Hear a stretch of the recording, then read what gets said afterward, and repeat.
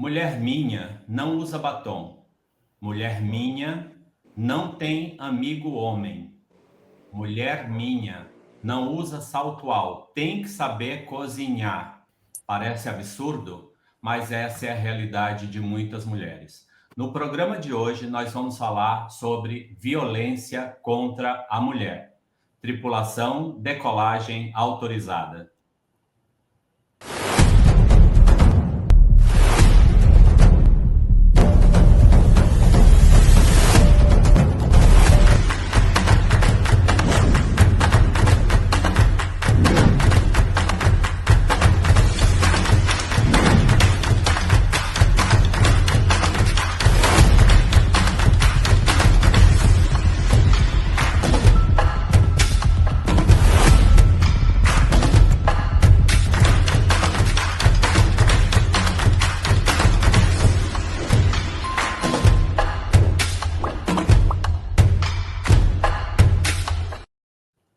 Bem-vindos ao podcast Desbussolados. Hoje nós vamos falar sobre a violência contra a mulher. Nós estamos no mês de agosto, agosto lilás, e se você tem problemas e você não consegue se expressar, você pode discar 180. A gente sabe que no dia de hoje, na atualidade, as mulheres têm muito mais opção de pedir ajuda. Essa ajuda pode vir por meio de a Lei Maria da Penha, que antes não existia e felizmente para as mulheres existe, e a gente sabe que casos de violência contra a mulher acontecem todos os dias. A cada 4 minutos, uma mulher é violentada de certa forma, seja psicologicamente, seja por meio de agressão física, psicológica, financeira, enfim. Não é fácil ser mulher na nossa sociedade machista.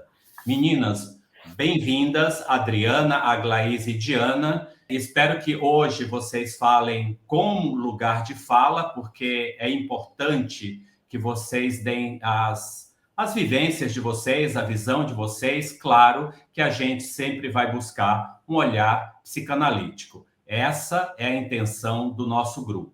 Bem-vindos mais uma vez e vamos desenvolver o nosso programa.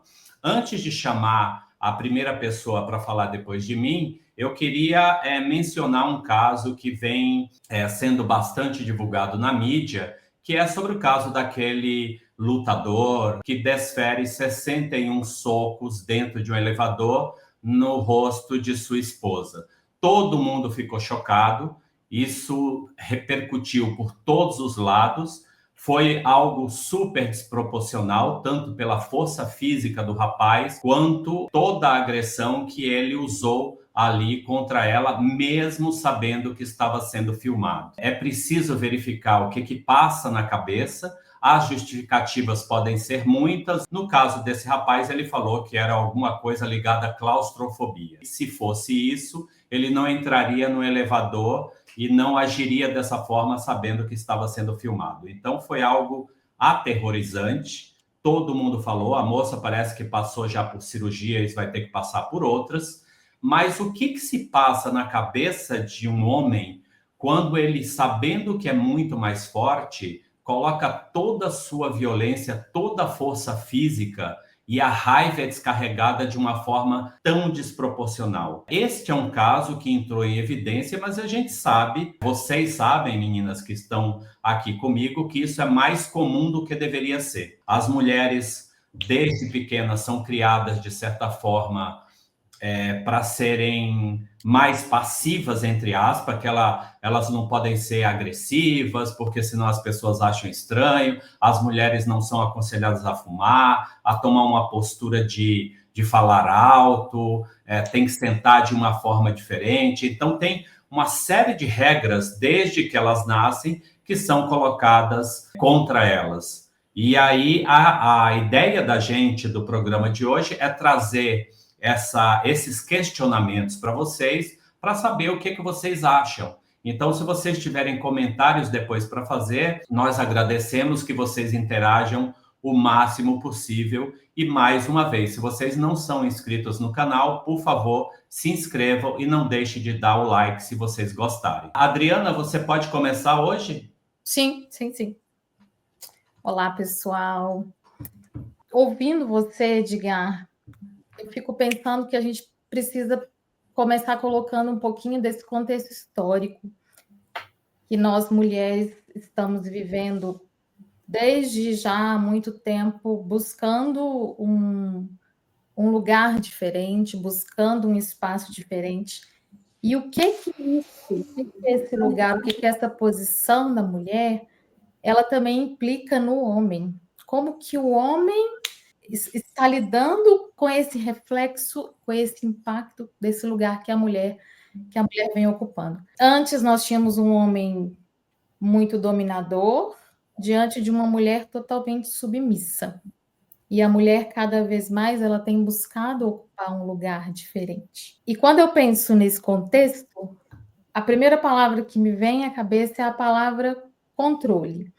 E pensar nessa palavra controle, o que envolve essa palavra dentro do contexto do feminicídio, que é justamente o tema que a gente quer abordar hoje. E aí eu penso na palavra controle usando ela em duas vertentes. Na primeira vertente, pegando justamente o autocontrole. Então, é como que o homem ele consegue se controlar diante de uma mulher. Então, quando ele usa de paciência, quando ele consegue se posicionar com empatia. Então, ele é um homem que tem saúde mental, que tem diálogo, que tem controle emocional. Então, esse seria o autocontrole. E numa outra vertente, eu vejo o controle diante do outro. Então, como que o homem se posiciona frente a uma mulher que cada vez mais busca o seu espaço e que ele já não domina tanto como ele dominava há algumas décadas ou alguns anos atrás. Porque é um espaço que nós estamos ganhando e conquistando cada vez mais. Hoje as empresas, elas buscam contratar cada vez mais mulheres, elas buscam dar um pouco mais de voz. As mulheres têm mais espaço em lideranças, em vários tipos de cargos, em vários tipos de ocupação. Então, a mulher tem ganhado cada vez mais a sua voz e o seu espaço. E aí eu percebo que o homem ele vai perdendo esse lugar de domínio, de dominador, né? Do alfa, do macho, quando a mulher vai ocupando esse lugar. E o que resta para ele? A força física. Diante desse contexto todo em que a mulher vai ganhando mais espaço, o homem passa a perceber que ele precisa usar da força física quando ele começa a perder a sua voz diante dessa mulher que se impõe diante dele.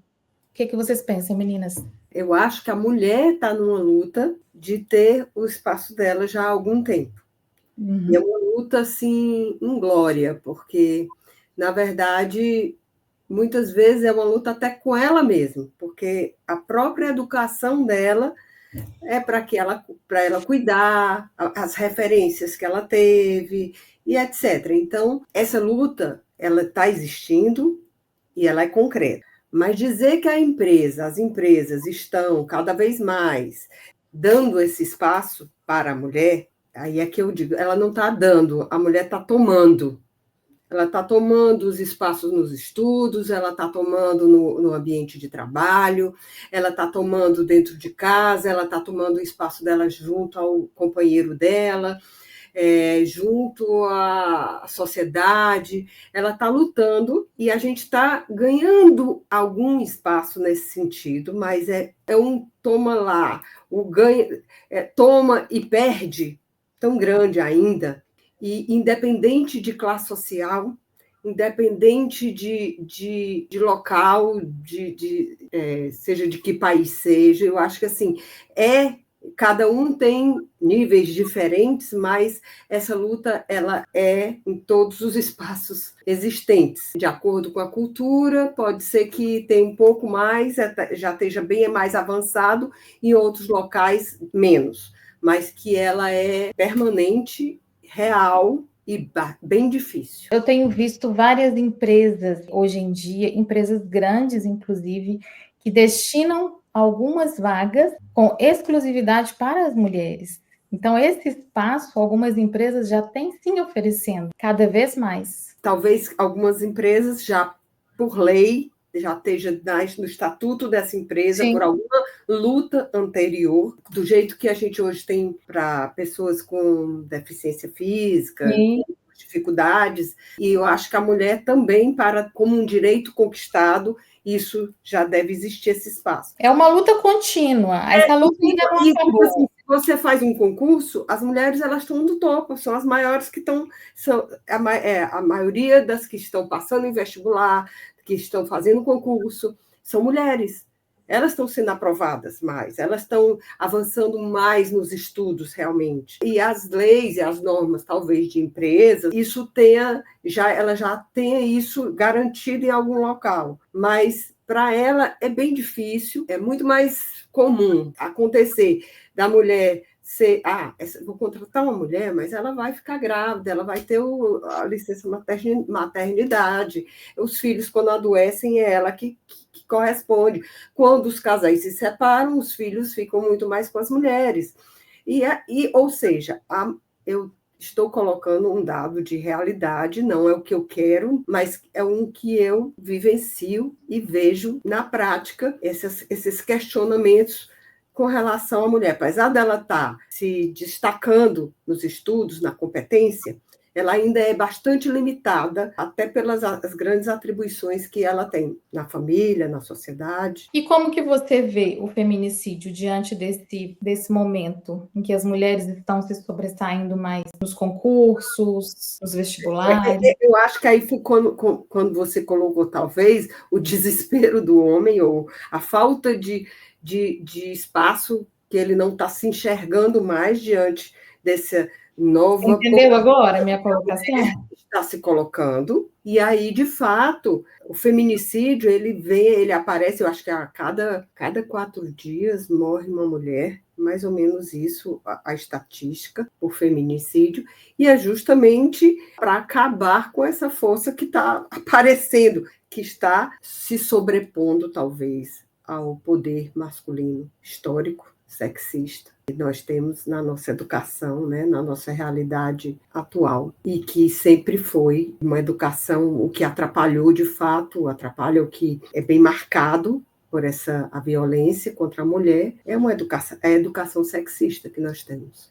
Histórica. É tão complexo a atual subjetividade da mulher, ela como sujeito, ela deixando de ser objeto e ela se colocando e sendo reconhecida também, claro, hoje como um sujeito de direito já há algum tempo, para efetivar essa subjetividade, essa luta que nós estamos falando. É tão complexo isso, então que a gente vai tendo que ir botando pontas, né, nessa conversa, somando, engrossando esse caldo para a gente conseguir, de fato, não só entender, como ver a mulher nessa outra realidade que a gente tanto quer.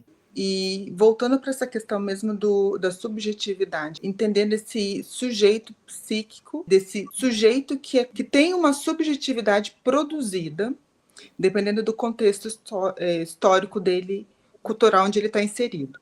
Entendendo que a mulher de hoje não é a mesma mulher de Freud, na época que ele escreveu, que ele estudou, que ele analisou e apresentou essa psicanálise para a gente.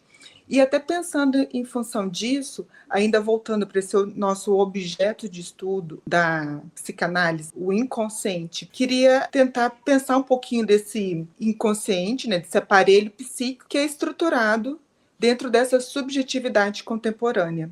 O que eu fiquei pensando? Tentando analisar um movimento que a gente vê muito presente hoje em dia. Eu não vou dizer só na clínica, porque a gente vê isso nas notícias, né, do jornal, ou na TV, ou hoje na internet, quanto que a violência está presente. Esses rompantes de violência a gente vê no trânsito, a gente vê em aeroportos, a gente vê dentro de casa, como a gente viu nesse condomínio desse casal. A gente não vê só, geralmente, no relacionamentos de homem e mulher, mas a gente também vê pais e filhos. Daí eu já estou falando de um lugar da clínica, do que a gente escuta dos nossos pacientes, do que um dia apanhou dos pais e do que a gente vê desse lugar que a gente escuta muito das pessoas falando que tem um movimento um tanto quanto egoísta, vou ouvindo essas palavras. Também não é algo que a gente diga na psicanálise, mas tentando entender esse psiquismo. Que lado que eu estou levando?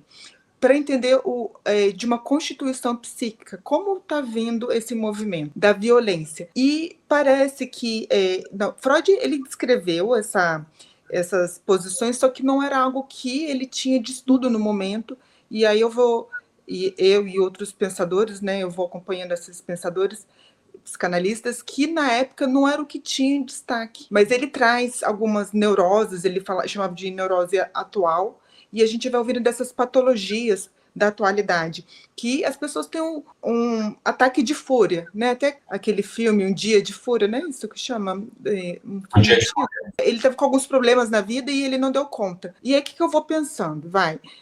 Desse lugar que algo falta para dar conta dessa angústia que é tomada esse psiquismo, de algo que incomoda e não sabe o que fazer disso. Entendendo um aparelho psíquico que ele está numa certa constância, sendo um aparelho psíquico regulador, e eu digo regulador da angústia, do que ele tem um trabalho psíquico de fazer algo disso, entendendo que elaborar um conflito, elaborar uma questão, tentar, quando a gente escuta uma angústia de um paciente, a gente tenta ali elaborar essa questão com ele, o quanto que esses psiquismos, a gente vai ouvindo bastante hoje em dia, tem um descarrego de raiva, num acesso de ataque, de fúria, nesse motor que coloca para fora. E você vê assim que a pessoa fala depois como se ela entrasse no transe, que ela está muito incomodada, que ela sente algo que chega a ser de uma dor, e ele precisa colocar para fora. E a gente escuta de muitas maneiras colocando para fora. A gente escuta as pessoas, algumas gritando, algumas xingando. A gente escuta muito hoje pessoas agitadas, né? A gente escuta muito do TDAH, a gente fala das pessoas que têm multifoco ou que não conseguem prestar atenção de quanta angústia essas pessoas têm e não dão conta de fazer algo desse psiquismo. Do que eu vou ouvindo? Que elas têm que escoar essa angústia de alguma maneira numa descarga. E como é que a gente tenta trabalhar isso na análise? Tenta ouvir esse psiquismo e fazer algo disso, produzir alguma coisa, construir um outro movimento que não seja só a descarga de raiva, essa descarga violenta. E o corpo, a gente fala desse ego, o Freud dizia, né, o ego corporal, do que ele reflete esse psiquismo. E quando não dá conta, esse psiquismo não dá conta do que ele joga para esse corpo, para a parte motora, tentando trazer equalizar de novo esse sistema, de não sentir essa excitação que incomoda tanto que chega nesse lugar de dor. E pensando nesse movimento, eu estava revendo as imagens do elevador,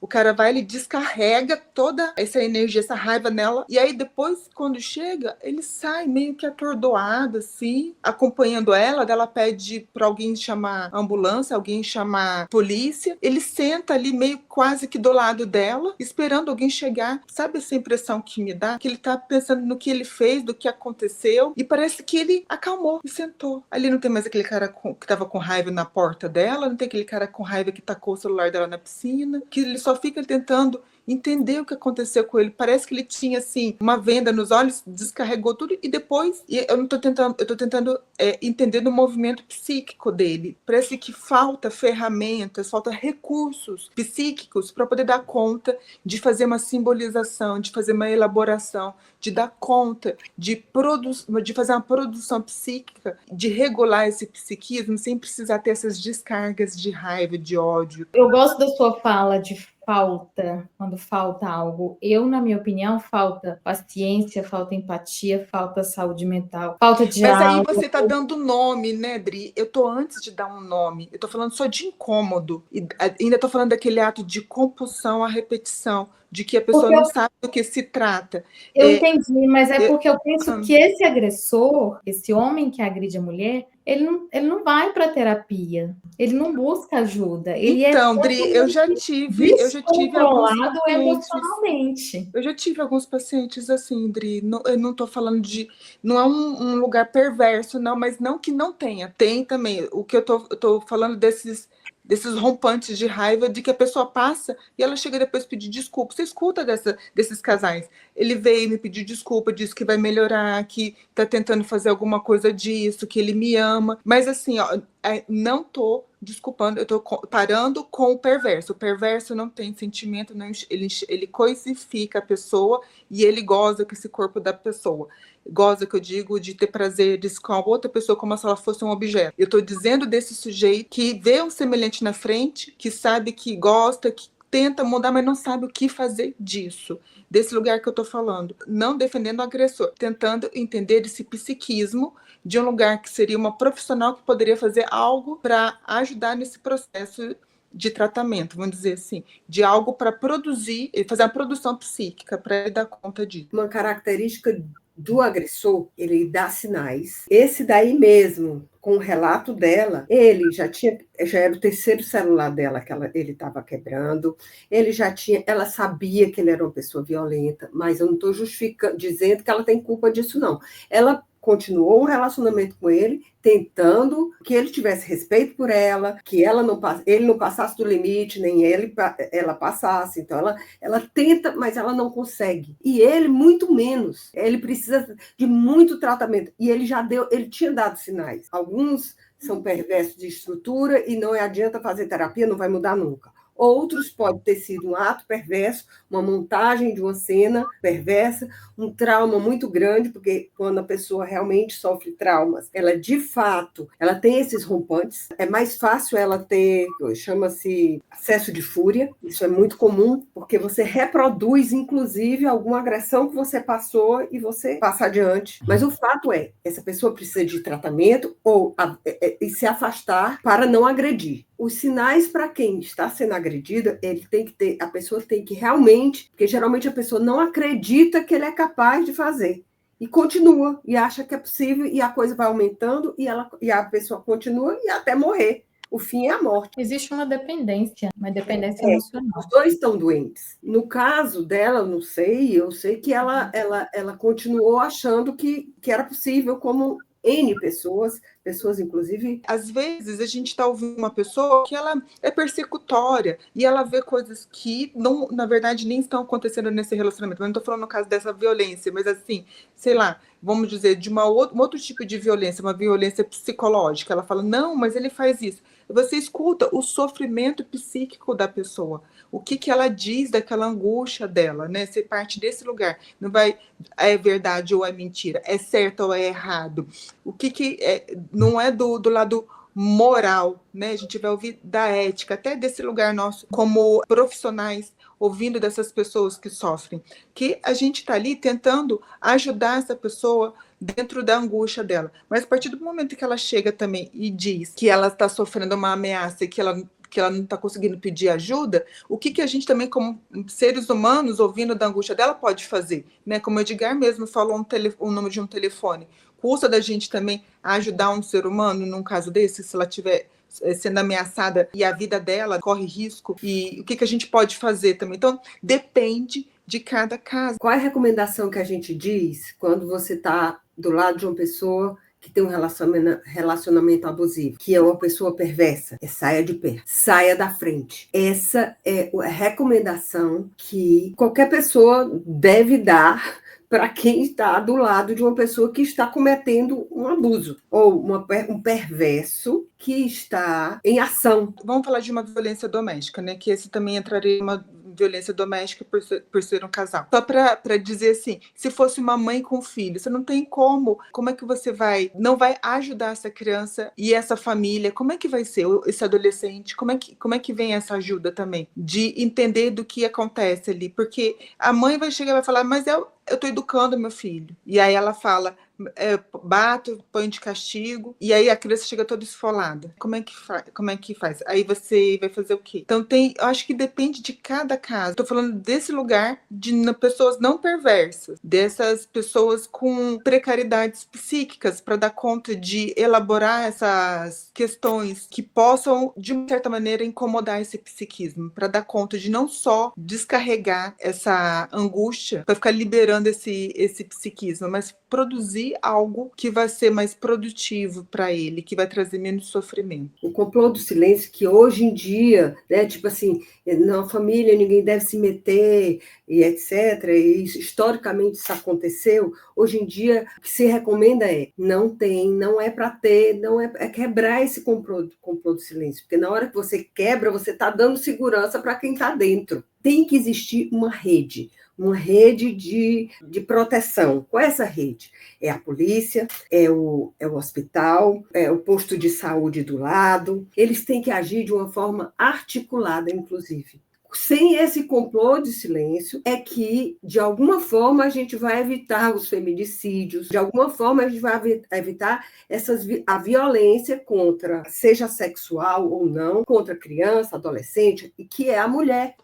Outro ponto que eu queria trazer para vocês é da modelo, da Luísa Brunet, e teve uma influência também chamada Cíntia Chagas, que trouxeram relatos pessoais sobre essa questão da violência doméstica. No caso da Luísa Brunet, que aconteceu há uns bons anos atrás, eu lembro que um destaque, algo que a chocou bastante na época, foi justamente a falta da compreensão das próprias mulheres. Ela foi muito mais atacada por mulheres. Ela recebeu muito haters mesmo pela internet e críticas de mulheres, homens também, mas muito mais mulheres. Graças a Deus, o caso não foi tão violento quanto essa, que quebrou vários ossos do rosto, mas ela levou chutes, ficou bastante machucada na época.